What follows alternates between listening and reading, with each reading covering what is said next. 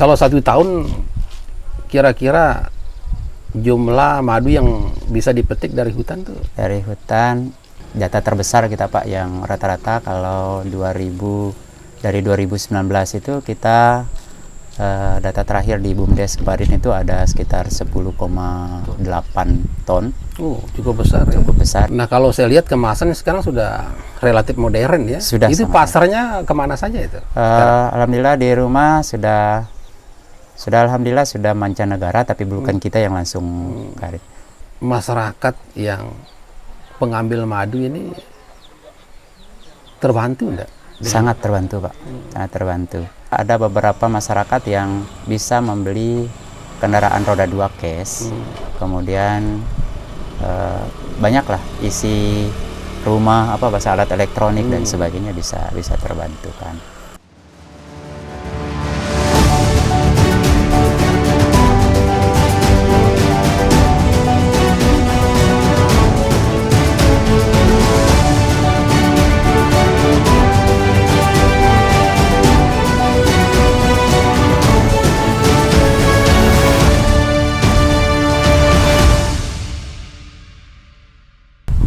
Assalamualaikum warahmatullahi wabarakatuh.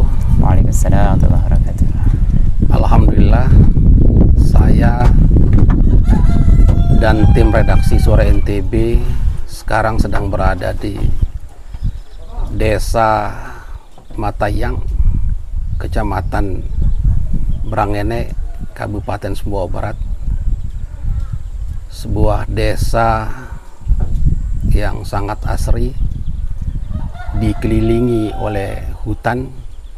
Nah, desa ini adalah desa penghasil madu hutan di Kabupaten Sumbawa Barat. Saya sekarang sedang bersama Bapak Sudirman SPD, Ketua kelompok apa Pak? Kelompok Tani Brangmunti. Kelompok Tani Brangmunti ya. Nah, kelompok tani ini dibentuknya kapan ini Pak? 2003 Pak. 2003. Ya. Tujuannya? Tujuan awalnya itu adalah menyediakan bibit-bibit robisasi awalnya. Kemudian setelah ada kebetulan dulu 2003-2004 itu adalah proyek Kerhan dari Dinas Kehutanan. Di 2005, kebetulan 2005 itu kami selesai pendidikan, kembali ke sini. Kita coba mengembangkan di pemanfaatan hutan lainnya. Kita coba garap di 2005 itu rotan.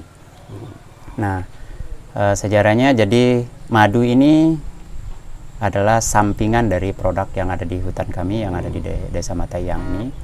Nah, pada saat yang bersamaan juga di 2008 kebetulan kami coba memasarkan produk ini. Setelah rotan tadi kami coba perasaan.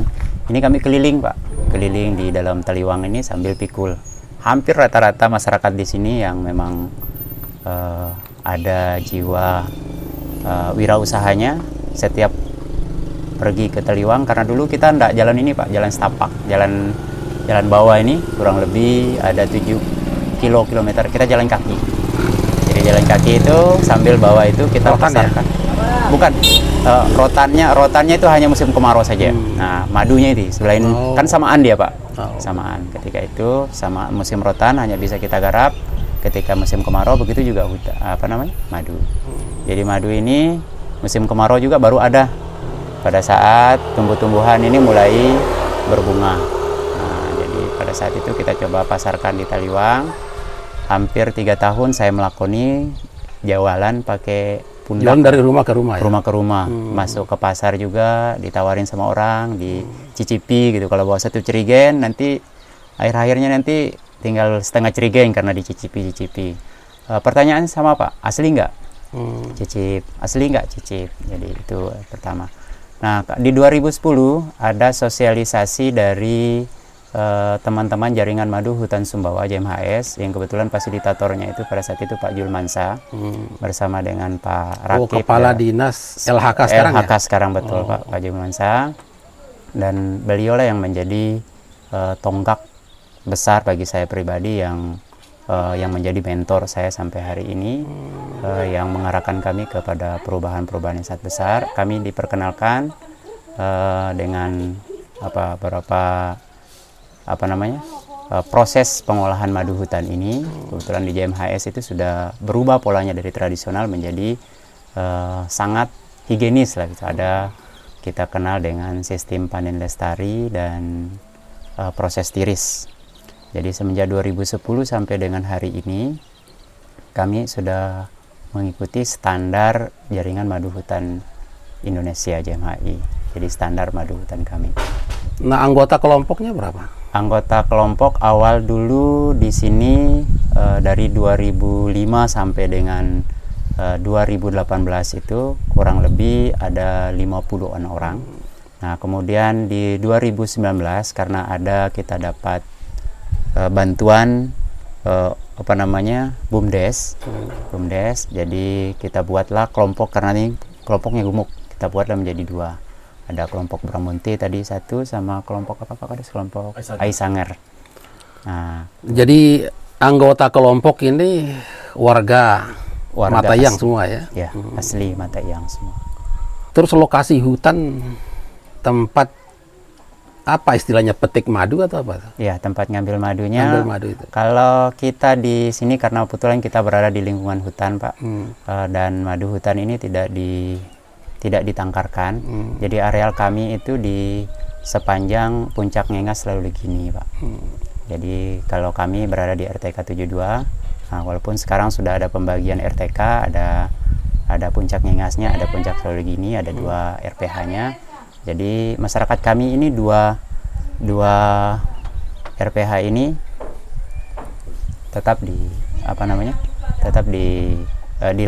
dijalani untuk mencari itu. Bahkan ada teman yang kadang-kadang ketika di sekitar ini sudah habis, teman-teman masuk ke KPH-nya Orontelu, Pak. Sampai masuk ke KPH-nya Orontelu yang berada di lokasi dekat Singa. Bahkan ada teman-teman yang sampai ke ke Lunyuk. Nah, kalau jarak terdekat lokasi ngambil madu itu dari kampung ini berapa jarak? Itu biasa di belakang, di samping-samping ini, Pak. Dekat banyak sekali. Ya? Kalau pas musimnya banyak, Pak. Cuman belum tentu ada airnya, karena tergantung besar dan anunya koloninya. Itu 1 tahun tuh berapa kali musim ya? Kalau dari informasi teman-teman jaringan madu hutan, sebenarnya mereka tidak bermusim, tetap ada. Tetapi mereka melakukan mutasi, di mana tempat ada nektar. Nah, itu yang dilakukan. Nah, seperti bulan-bulan kemarin, sebenarnya di sini koloninya sudah ada, tetapi airnya nggak ada, karena memang tumbuh-tumbuhan ini belum punya bunga dan sebagainya. Nah, tapi di teman-teman bagian Tongo masih satu hamparan kita ada produksinya. Begitu juga teman-teman dari Lalar. Kalau 1 tahun kira-kira jumlah madu yang bisa dipetik dari hutan tuh? Dari hutan, data yang ada, kebetulan saya mencatat data terbesar kita, Pak, yang rata-rata kalau dari 2019 itu kita data terakhir di BUMDes kemarin itu ada sekitar 10,8 ton. Cukup besar. Cukup besar di 2019. Cuman di 2020 dan 2021 itu mengalami penurunan, terutama di 2021. Nah, ada seloroh lah dari teman-teman, mungkin ikut karena ada corona mungkin ya, jadi ikut turun. Itu produksinya tidak nyampe 4 ton, nggak nyampe di 2021. 2020 masih mending, ada sekitar 7-8 ton. Kenapa bisa turun produksi? Ini yang menjadi pertanyaan kami, Pak. Kenapa bisa terjadi? Dan kalau kami mempelajari siklus yang ada, yang pernah kita coba lihat, di 2015 itu pernah mencapai puncak kita sampai seperti yang saya ceritakan tadi, Pak. Ada sampai 12-13 ton. Itu murni yang dari Matayang, belum teman-teman yang dari Hijrah. Itu produksi warga Matayang saja. Nah, 2015, 16, 17, 18, 19, 4 tahun ada lagi gitu. Ya, kami berharapnya mudah-mudahan karena ada siklus itu mungkin 4 tahunan lagi baru mungkin banyak. Ya, mudah-mudahan seperti itu, dan kami coba tetap memantau. dari 2020, 2021, 2022 seharusnya bulan Agustus ini sudah masuk musim panen kedua, bahasanya kita di sini, termen kedua, di mana warna dan rasa madunya itu merah, ada juga yang kuning tapi rasanya asam kalau sekarang. Nah, kalau saya lihat kemasan sekarang sudah relatif modern ya. Sudah. Itu pasarnya kemana saja itu? Alhamdulillah di rumah sudah alhamdulillah sudah mancanegara, tapi bukan kita yang langsung karir. Tahun kemarin saya ada teman dari kebetulan ada teman yang punya suami orang Jepang. Nah, dia ngirim hampir setiap bulan ya. Cuman dia yang ngirim, kita hanya ngirim ke dia. Tapi katanya dia ngirim ke Jepang. Nah, secara ekonomi ya, masyarakat yang pengambil madu ini terbantu enggak? Sangat terbantu, Pak. Sangat terbantu.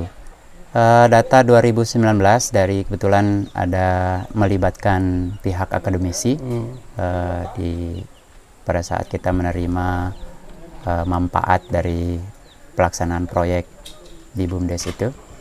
Catatan mereka ada beberapa masyarakat yang bisa membeli kendaraan roda 2 cash, kemudian banyaklah isi rumah, bahasa alat elektronik dan sebagainya bisa terbantukan.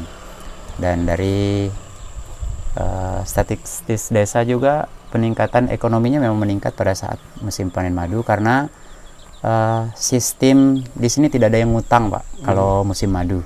Kalau misalnya bahan-bahan yang lain kayak beli rotan atau beli ada luntu kayak bahasanya itu masih diutang, Pak. Masih diutang, dibawa dulu baru utang. Tapi kalau madu begitu mereka turun antar ke BUMDes atau antar ke kelompok itu langsung cash bayar. Nah, madu ini kan di hutan, Pak. Benar, Pak. Nggak ada pemeliharaan ya? Liar aja madunya ya? Madunya liar. Cuman kita pelihara alamnya dengan melakukan reboisasi, menanam kembali pohon-pohon yang sudah tua yang sekiranya dia menghasilkan nektar, Pak. Nah, yang melakukan itu desa, kelompok masyarakat, atau siapa itu? Dari kelompok masyarakat ada, desa kemarin juga memfasilitasi dengan tanam lumayan ada kemarin nih. Ada duren, ada kopi, ada juga kemarin tumbuh-tumbuhan mahoni juga sebagainya. Ya, kalau hutannya nggak hijau atau hutannya sudah gundul semua kan madunya nggak ada. Habis, kan? Jadi betul. ada tanggung jawab semua Benar. masyarakat, tidak saja menjaga alam, tapi juga ada kepentingan ekonomi di sana kan. Betul sekali, Pak. Ada wacana ini, Pak Kades. Desa Mata Iyang ini menjadi desa wisata ya. Jadi tamu yang datang ke sini itu diajak untuk melihat proses mengambil madu di hutan ya. Sudah mulai ada enggak tamu yang datang untuk melihat cara mengambil madu di hutan selama ini, Pak Kades? Oh, terima kasih, Pak. Jadi masalah tamu yang datang kemarin dengan Pak Sudirman ini sudah terrealisasi di wilayah hutan sebelah barat. Jadi pada saat ini belum ada orang yang datang lagi, Pak, selain Bapak yang kesini. Karena pada saat ini madu itu ada kekurangan, Pak. Ada kekurangan, akhirnya petani madu wilayah desa Mata Iyang ini ada jumlah produksi kekurangannya maksudnya? Ya, jumlahnya. Jadi pada saat ini tentu ada kekurangan, Pak. Paling pendapatan satu hari sekitar 2 botol, 3 botol. Satu orang? Satu orang. Biasanya kalau satu kelompok, Pak, satu kelompok ada 3 orang. 3 orang masing-masing satu kelompok. Jadi kalau permusiman, Pak, musim dia dapat itu ada yang 90, ada yang 20 botol dalam satu kelompok. Pada saat ini kosong, Pak, karena ini yang menjadi pertanyaan bagi saya dengan Pak Sudir, dengan semua kelompok, yang kita heran bagaimana tahun ini merasa kurang madunya. Mungkin akibat dari corona, dari apa segala macam. Itu menjadi pertanyaan. Yang kedua, Pak, terkait dengan keinginan Desa Mata Iyang menjadi wisata madu, Ini pada saat ini kami ingin mengembangkan BOMDes. Karena BOMDes ini masih tahapan pembelajaran Pak Sudirman tahun 2019. Nah, karena pada saat ini anak-anak saat pembinaan Pak Sudir, insya Allah hari Selasa kami penyegaran terkait dengan BOMDes untuk kita perkembangkan lebih besar dengan BOMDes ini, karena madu ini harapan masyarakat pencarian pendapatan yang berhasil, sangat berhasil, karena di dalam satu hari mereka dapat 500.000 per orang. Itu harapan masyarakat bagaimana untuk kita kembangkan, Pak. Tapi saat ini di hutan banyak madu, Pak, tapi tidak ada airnya. Nah, itu yang kita heran, Pak. Itu yang kita heran, madunya banyak. Belum ada penelitian itu ya? Ya. Kenapa misalnya Ini ada lebahnya, tapi nggak ada madunya, gitu kan? Ya, ini yang menjadi heran. Nah, sementara wilayah di sini dilindungi, Pak, dilindungi dengan apa yang menjadi kebutuhan madu itu, hutan dada yang gundul, semua kita hijaukan. Jadi ini yang menjadi harapan masyarakat bagaimana kedepannya madu ini, karena pencarian yang paling bermanfaat ini, Pak, selain daripada rotan. Nah, di sini juga ada selain kepala desa Matayang Pak Hairul, ada juga Pak Camat Brangene Bapak Dr. Randus Abdul Razak. Apa harapan Pak Camat ya terhadap pengembangan madu lah di Matayang? Jadi terima kasih. Kita di kecamatan hanya mendorong dalam rangka kemungkinan, ada kemungkinan hutan kita ini tanaman berbunganya mungkin masih kurang. Nah, sehingga sekarang lewat asistensi anggaran di kecamatan mulai tahun 2021 saya sampaikan kepada Bapak Desa supaya menganggarkan tanaman-tanaman yang menghasilkan bunga. Nah, salah satu kemarin alhamdulillah kita juga di kecamatan ini ada mahoni, kemudian wajib hukumnya semua kades menganggarkan tanaman duren. Nah, ini ke depannya ini. Nah, karena kita lihat, ya saya kepingin ada pengembangan lain madu di sini, Pak. Karena memang yang terkenal madu Matayang sampai tahun 2020 itu dapat bantuan dari Kementerian Desa. Ada bantuan dari Kementerian Desa nilainya 1,1 miliar. Nah, untuk apa itu? Jadi untuk pengembangan madu, pengolahan hasil madu. Nah, cuman saya sampaikan ke beliau Pak Kades, kita cari tanah supaya tidak saja madu, di samping madu hutan, apa tidak ada upaya lain kita budidaya madu. Karena nama madu Matayang ini sudah terkenal, Pak.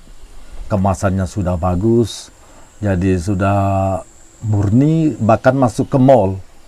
Nah, jadi saya kepingin usaha ini tidak saja madu alam. Jadi saya sampaikan ke beliau Pak Kades, kita dorong pemerintah desa ini, kalau bisa kita cari lahan khusus, berapa hektar, ada 1 hektar, 2 hektar. Nah, kita jadikan semacam pengembangan budidaya madu. Nah, bahkan ini sedang kita rancang. Jadi awal-awal ke beliau ini, mengapa kita harus berpatokan ke madu alam saja? Apa enggak ada usaha lain supaya ini bisa kita kembangkan madu ini? Nah, ini sedang kita sampaikan ke teman-teman, karena memang kemarin itu Pak, untuk asistensi anggaran, baru tahun 2021 ini ada di kecamatan. Awalnya kita di KSB ini di Kabupaten, di DPMDes. Nah, sekarang dengan adanya dilimpahkan ke kecamatan oleh Bupati, sehingga kami dengan pemerintah desa ini selalu bersinergi. Apa yang harus dikembangkan? Madu seperti apa yang dimaui oleh masyarakat? Apakah harusnya kita berpatokan yang madu hutan, atau memang ada budidaya? Sehingga insya Allah tahun depan saya akan mengajak kelompok-kelompok ini untuk melihat bagaimana budidaya madu di Lombok. Insya Allah saya akan mengajak. Saya sudah sampaikan beliau Pak Kades, insya Allah tahun depan kita akan mengajak kelompok-kelompok ini supaya melihat bagaimana kita budidaya madu di samping madu asli hutannya, supaya ini berkesinambungan. Jadi tidak stuck, kalau tidak ada madu di hutan, kasihan masyarakat. usaha sampingannya tidak ada. Nah, jadi ini kita ingin kembangkan dengan pemerintah desa. Jadi saya sampaikan ke beliau, insyaallah tahun depan kita mau ajak nih kelompok bersama BUMDes. Nah, kita mau cari di mana tempat ya paling tidak ada budidaya madu. Nah, ini supaya dia berlanjut usaha ini. Ini harapan kami mendorong dari pemerintah kecamatan supaya gaung madu di Matayang ini sudah terkenal. Nah, tinggal bagaimana sekarang produksinya menjadi terus-menerus. Nah, ini usaha kami dari pihak kecamatan. Sehingga lewat dana desa, kemarin sudah kita coba ke beliau. Karena potensi alamnya sudah luar biasa bagus, mengapa juga ini kita kembangkan daerah tempat duren. Nah, jadi alhamdulillah kemarin ada 500 lebih bibit duren. Lewat pengadaan pemerintah desa, dibagikan kepada masyarakat. Ini sebagai stimulus saja. Sehingga harapan ke depan ya Kecamatan Brengene dari 6 desa rata-rata ada yang 200, ada yang 500. Mulai tahun 2021 sudah mulai tanam duren. Hitungan saya sekitar 1.500 duren yang sudah ditanam oleh masyarakat untuk tahun 2021. Nah, sehingga 5 tahun ke depan insya Allah ya muncul Kecamatan Duren di Kecamatan Brengene 5 tahun ke depan. Jadi kita prediksi 50% jadi sejak sudah 600 lebih duren. Kalau berbuah samaan 600 pohon menjadi Kecamatan Duren. Nah, tidak lagi kita datangkan duren dari kabupaten lain. Nah, ini sudah kita Selain lakukan. madu ya? Selain madu.